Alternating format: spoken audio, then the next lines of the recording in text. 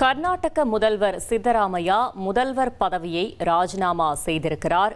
முக்கிய செய்தியாக பார்த்து வருகிறோம். ராஜினாமா கடிதத்தை ஆளுநர் மாளிகையில் உள்ள செயலாளரிடம் சமர்ப்பித்திருக்கிறார். மேலும் விவரங்களை செய்தியாளர் பாரதிராஜா வழங்கிட கேட்கலாம். பாரதிராஜா, வணக்கம். முழு தகவல்கள். கண்டிப்பாக கர்நாடகாவில் முதல்வர் மாற்றம் என்ற சர்ச்சை பல மாதங்களுக்கு பிறகு இன்று முடிவுக்கு வந்திருக்கிறது. நேற்று இந்த முடிவு கட்சி தலைமையால் டெல்லியில் எடுக்கப்பட்டிருந்தாலும் கூட அதிகாரப்பூர்வமாக தனது பதவியை இன்று தற்போது ராஜினாமா செய்திருக்கிறார் முதல்வர் சித்தராமையா. தனது ராஜினாமா கடிதத்தை அதிகாரப்பூர்வமாக ஆளுநர் மாளிகைக்கு சென்று ஆளுநர் இல்லாத காரணத்தால் ஆளுநர் மாளிகையில் உள்ள செயலாளரிடம் கடிதத்தை சமர்ப்பித்திருக்கிறார். ஆளுநர் வந்த பின்னர் அந்த ராஜினாமாவை ஏற்றுக்கொண்டார் என்ற அறிவிப்பு வெளியாகும் என்று எதிர்பார்க்கப்படுகிறது.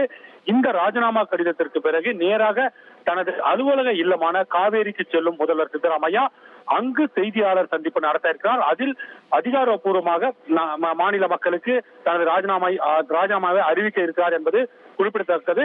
முன்னதாக காலை தனது அமைச்சரவையில் உள்ள அமைச்சர்களுக்கு சிற்றுண்டி விருந்து அளித்த முதல்வர் சித்தராமையா அதற்கு பின் சுமார் 1 மணி நேரம் அனைவரிடமும் பேசியிருக்கிறார், மனது விட்டு பேசியிருக்கிறார் என்பது குறிப்பிடத்தக்கது.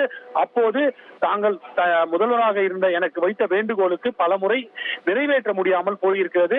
அதற்காக உங்களிடம் மன்னிப்பு கேட்டிருக்கிறேன். ஏதாவது உங்களிடம் கோபமாக நடந்து கொண்டிருந்தால் அதற்கும் மன்னித்து விடுங்கள் என்ற பகிரங்கமாக மன்னிப்பு கேட்டிருப்பதுடன் தனது நெகிழ்ச்சியான பேச்சையும் அங்கு வெளிப்படுத்தியிருக்கிறார். இதைத் தொடர்ந்து அடுத்த முதல்வராக தானே டி.கே. சிவகுமாரை முன்மொழிவதாகவும் தெரிவித்திருக்கிறார். இதில் அந்த கூட்டத்தில் கலந்து கொண்ட பல அமைச்சர்கள் நமக்கு இதை உறுதி செய்திருக்கிறார்கள்.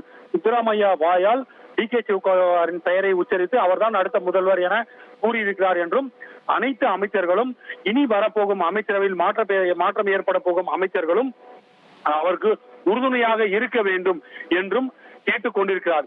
இந்த முதல்வர் சித்தராமையாவின் இந்த பேச்சை கேட்டு பல காங்கிரஸ் கட்சியை சேர்ந்த பல அமைச்சர்களும் சில அமைச்சர்கள் எல்லாம் கண்ணீருடன் வெளியே வந்த காட்சியை கூட நாம் பார்க்க முடிந்தது.